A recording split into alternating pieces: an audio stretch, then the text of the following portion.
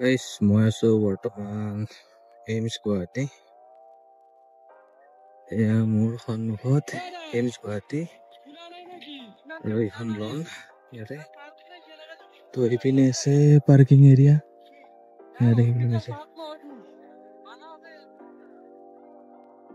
Garden ধুনীয়াকৈ ৰাস্তা বনাই ৰাখিছে ইয়াতে। এয়া বাজুলাই দেখিবলৈ পাইছে এইমছ গুৱাহাটী। তাৰপৰা এইপিনে কিবা ঘৰৰ মূৰ্তি বনাই আছে আৰু আপোনালোকে যদি এইমছ গুৱাহাটীলৈ আহে এনেকুৱাকৈ গাড়ী দিয়া আছে। এই গাড়ীবিলাকত উঠি আহিব পাৰিব, মানে একো ভাড়া চাড়া দিব নালাগে, অকল পেচেণ্টৰ কাৰণে এইবিলাক। তো গাইজ, মই আজি ইয়ালৈ অহাৰ উদ্দেশ্যটো হ'ল আমাৰ পৰাগ ভাগিনৰ এটা সৰুকৈ অপাৰেশ্যন আছে, তো সেইটোৰ কাৰণে আহিবলগীয়া হ'ল। এয়া আমাৰ পেচেণ্ট পৰাগ দাস। কিবা চাই আছে, কি চাই আছা? কি লিখছি? সিগনেচাৰ মাৰছি দেখোন। আমি অসমীয়া লিখছি নেকি? নহয়, দুখীয়া লিখছি নেকি? হাতে কাম নকৰিলে কি হ'ব? এই দাদা এচিৰ কাম কৰি আছে, এচিৰ কাম। দুপৰীয়া হৈ গ'ল গাইজ, ৰখি তো ভোক লাগিছে, এতিয়া কিবা অলপ খাই লওঁ। তো গাইজ, মই ৰুটি চব্জি লৈ ওলাই আহিলোঁ, বেলেগ আৰু খাব ইচ্ছা নাই। ৰুটিটো দেখি বেয়া লগা নাই, কেনেকুৱা হয় নাজানো। তো ইয়াতে নাখাওঁ ৱেইটিং হলত, বাহিৰত গৈ পিনে এই তাত কাৰ আছে ন, কাৰত যাই পিনে কাৰ পাঙিব, তাতে খাই দিম। তো এইপিনে এইটো এণ্ট্ৰি গেট এইমছৰ। তেনে পৰাগক অপাৰেশ্যন কৰিব না, তো টাইম লাগিব। তো কিমান টাইম আৰু নোখোৱাকৈ ৰখি থাকিম, সেইকাৰণে আৰু খাব ওলাই আহিলোঁ। ৰুটিটো লৈ পিনে তাত গাড়ীত বহি পিনে খাই দিওঁ। তো ধুনীয়া এৰিয়া বনাইছে কিন্তু গাৰ্ডেনটো। আৰু এইটো হৈছে গাড়ী থোৱা পাৰ্কিং। গাড়ী দেখিবলৈ পাইছে, আৰু মই গাড়ী থোৱা আছে ইয়াতে। তো ৰুটিটো লৈ এই গাড়ী পাই গ'লোঁ, এতিয়া ৰুটিটো খাই লওঁ। ৰুটি কেইখন দিছে? 1 2 3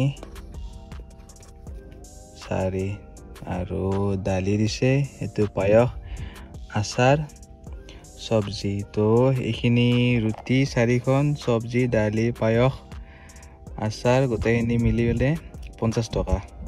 তো ঠিকে আছে, 50 টকা হিচাপত পেকিং চেকিঙো ধুনীয়াকৈ দিছে। আৰু ৰুটিটো ৰঙা এটা ৰুটি, বেয়া লগা নাই, ঠিকে আছে। 50 টকাত এইখিনি দিছে যি। আজিকালি 2খন ৰুটিতে 30 টকাকৈ লয় বেলেগ দোকানত, তাকো অকল চব্জি দিয়ে লগত, আৰু দালি, পায়স, আচাৰ এইবিলাক আছেই। এখন চামুচে দিছে, কাঠৰ বাঁহৰ চাগে, বাঁহৰ চামুচ, বাঁহৰ কাঠৰ কিহৰ পৰা বনাই এইটো, বাঁহৰে চাগে। তাকে খাই লওঁ ৰ'ব।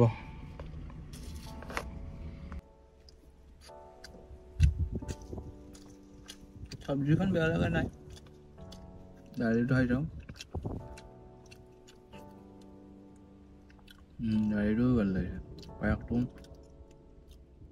ঠিকে আছে, কিন্তু কথা হ'ল ৰুটিখন ইমান এটা ভাল লগা নাই, কিহৰ কাৰণে নাজানো। মই ঘৰত বনোৱা ৰুটিটো আৰু এইটো বেলেগ অলপমান, সেইকাৰণে নেকি ডিফাৰেঞ্চ এটা পাইছোঁ।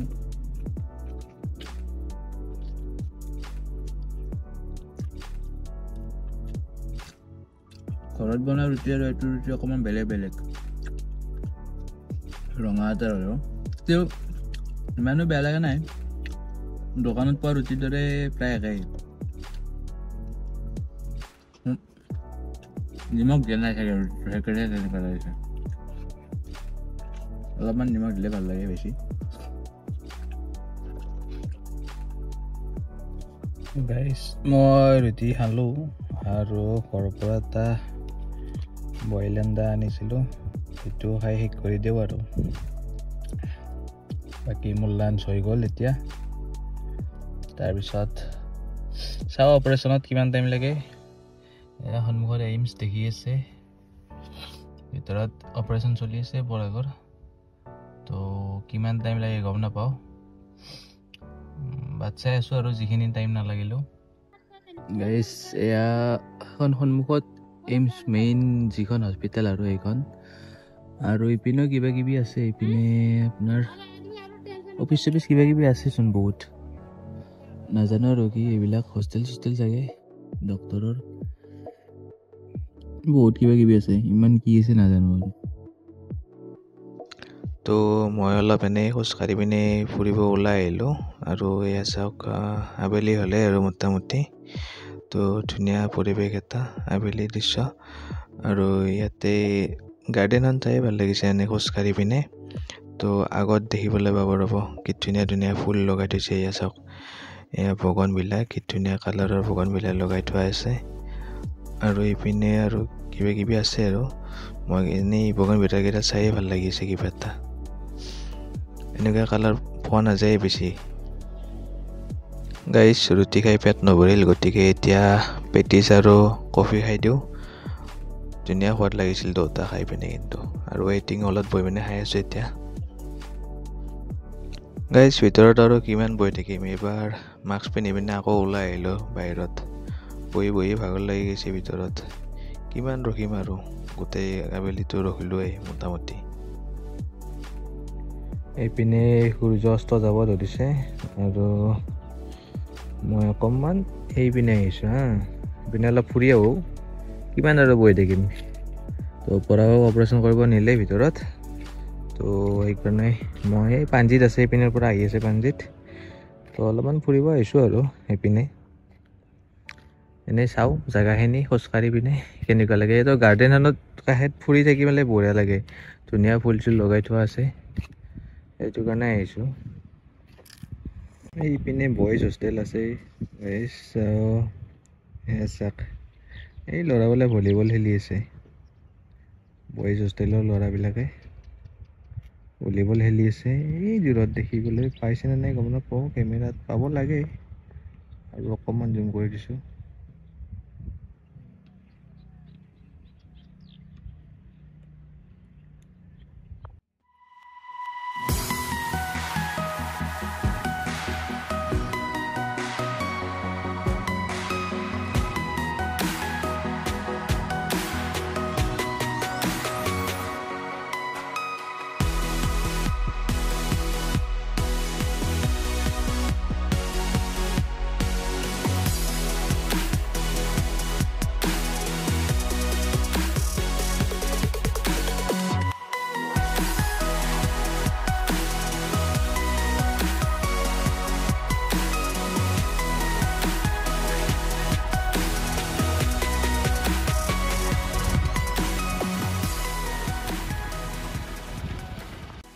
গাইজ বৰ্তমান মই ৱেইটিং হলৰ বাহিৰত এনেকৈ বহি ৰখি আছোঁ।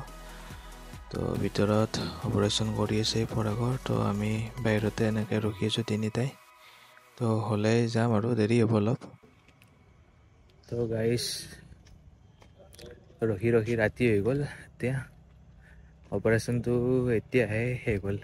তো ইমান দেৰি অপাৰেশ্যন হৈছে, মোটামুটি প্ৰায় 2 ঘণ্টা। 2 ঘণ্টা নহয়, প্ৰায় 2.5 ঘণ্টামানৰ বেছি হ'ব। তো মই অকণমান বাহিৰত ওলাই আহিছোঁ।